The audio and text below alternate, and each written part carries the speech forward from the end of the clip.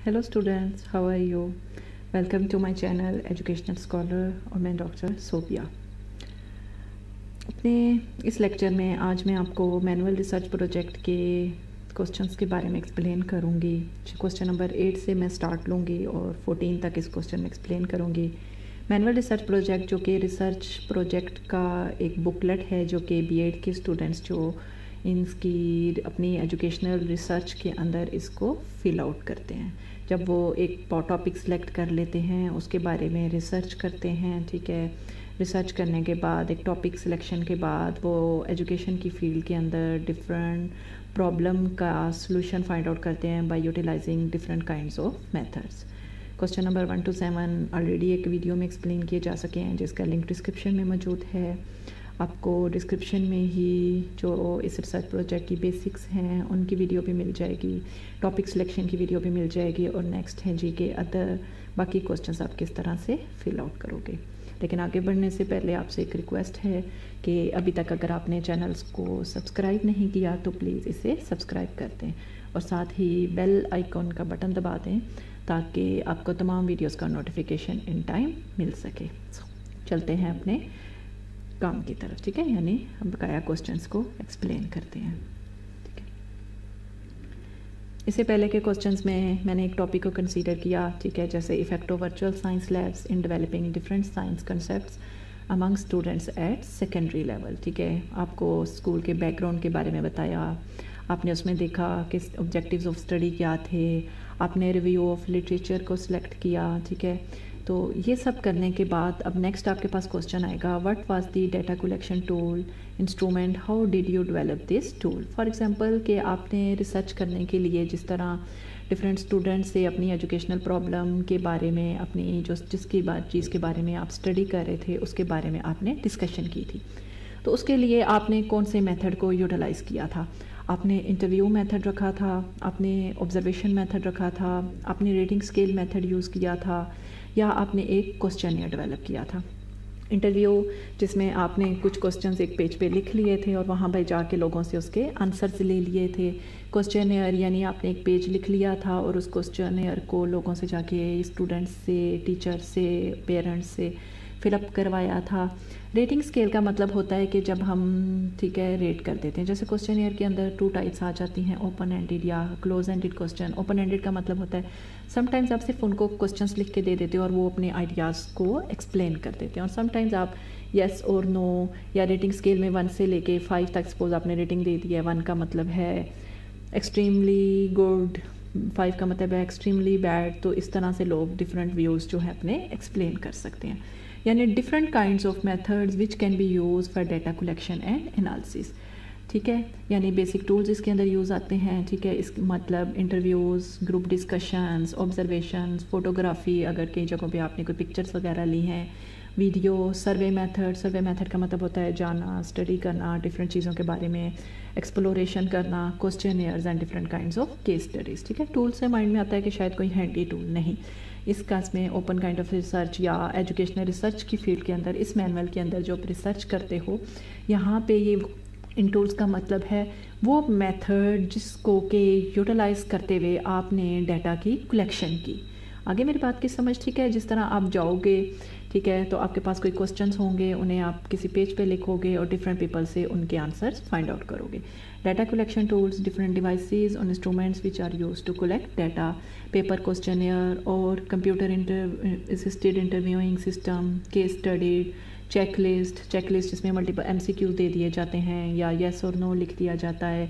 Interviews, face to face interviews हो सकते हैं, टेलीफोनिक इंटरव्यूज़ आपके शामिल हो सकते हैं, सर्वे ऑफ क्वेश्चनियर्स, यानी जो भी डिफरेंट काइंड्स ऑफ मेथड, ठीक है। इसको लिखते हुए आपने बहुत ज़्यादा ध्यान रखना है कि मैंने ये मेथड यूज़ किया, मेरे मेथड के अंदर ये क्वेश्चंस थे। आप सिंपल वर्ड्स में भी एक्सप्लेन कर सकते हो, अगर आप चाहो तो यहाँ पे अंदर क्वेश्चंस भी लिख सकते हो, लेकिन अगर आपका क्वेश्चनियर बड़ा था नहीं लिख सकते तो प्रोजेक्ट के एंड पे in the form of appendix, अगर एक है तो अपेंडिक्स 1 2 मल्टीपल अपेंडिसेस यानी मल्टीपल 1 2 3 के हिसाब से वो पेजेस आप आपस में अटैच कर सकते हो। यानी वो एडिशनल इन्फॉर्मेशन होती है अपेंडिक्स का मतलब, जो कि लेटर ऑन आपको स्टडी में हेल्प कर सके, ठीक है। तो यानी इसमें जो खुद आपने यूज़ किया है वो लिखना है, इसका कोई ताल्लुक रिव्यू ऑफ लिटरेचर या पहले वाले लोगों के साथ नहीं है। यानी जो मेथड आप यूटिलाइज़ करते हुए अपनी रिसर्च प्रॉब्लम के अंदर उस स्कूल के अंदर जाके, जो स्कूल आपने सेलेक्ट किया हुआ है कि यहाँ पे जाके मैंने काम करना है, ठीक है, जिस मेथड को यूटिलाइज़ करते हुए आपने इंफॉर्मेशन कलेक्ट की है। यू कैन सिंपल वर्ड्स में आप कह सकते हो methods which are use to collect data और कलेक्ट इंफॉर्मेशन अबाउट टॉपिक।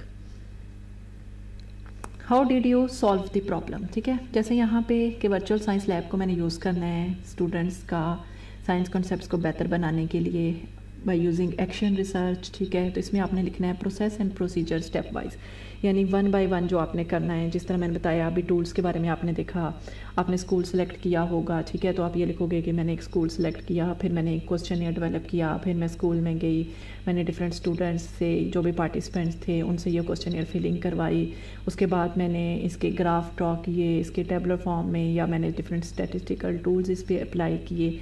ये तमाम चीज़ें आप लिख सकते हो, ठीक है। Role of student, teachers, parents, जो इनका रोल था, इंडिविजुअलाइज था या कम्युनिटी पूरी इसमें इन्वॉल्व थी, ये तमाम चीज़ें आप इसमें लिख सकते हो।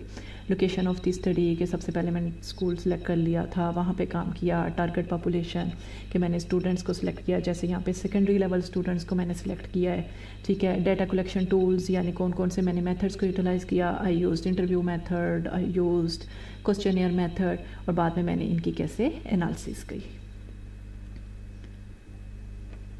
What did you find and conclude from the data?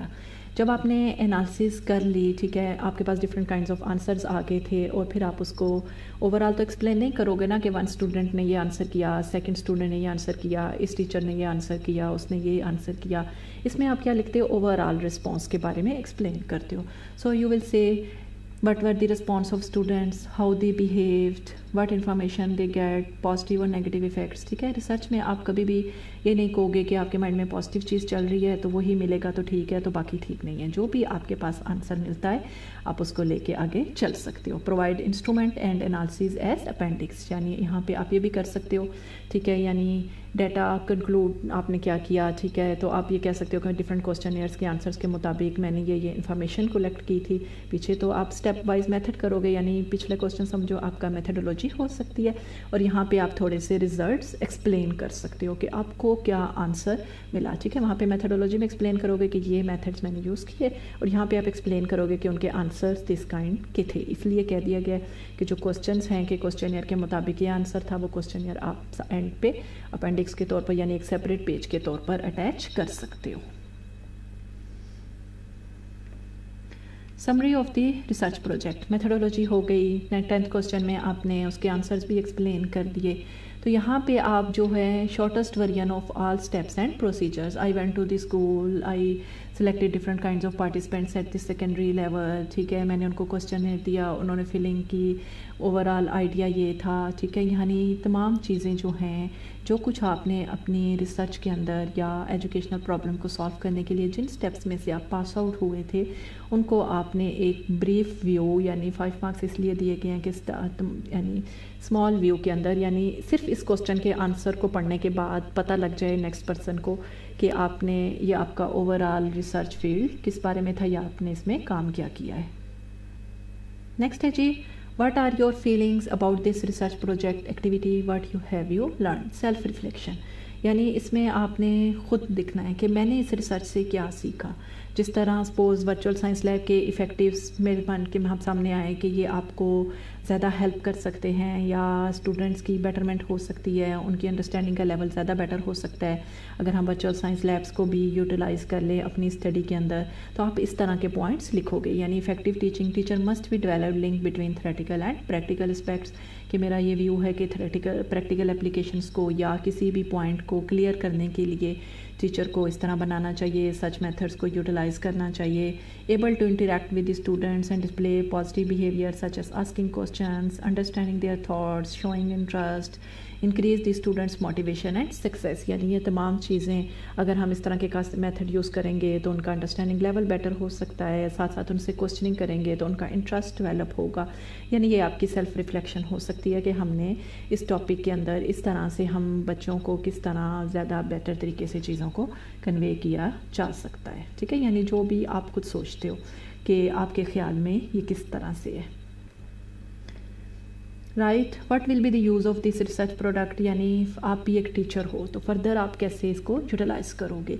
What I was, what I am and what I will be, ठीक है, यानी इसमें आपकी जो प्रोफेशनल स्किल, ज़ाहिर है जब आप क्वेश्चनियर डेवलप करोगे, रिव्यू ऑफ लिटरेचर करोगे, ठीक है, और इसके बाद किसी स्कूल में जाओगे, डिफरेंट लोगों से डिस्कशन करोगे, क्वेश्चंस के आंसर्स फाइंड आउट करोगे, उनके व्यूज़ चेक करोगे, तो आपको डिफरेंट चीज़ों के आंसर मिलेंगे। और लेटर ऑन आप ये करोगे कि इन वर्चुअल मेथड्स को या इनमें से जो डिफरेंट मेथड्स में से कौन सा बेस्ट मेथड है जिसे मैं यूटिलाइज़ करते हुए अपने स्टूडेंट्स का अंडरस्टैंडिंग का लेवल बेटर बनाने में हेल्प ले सकती हूँ। How it effect my students in different ways and can shape their learning experience.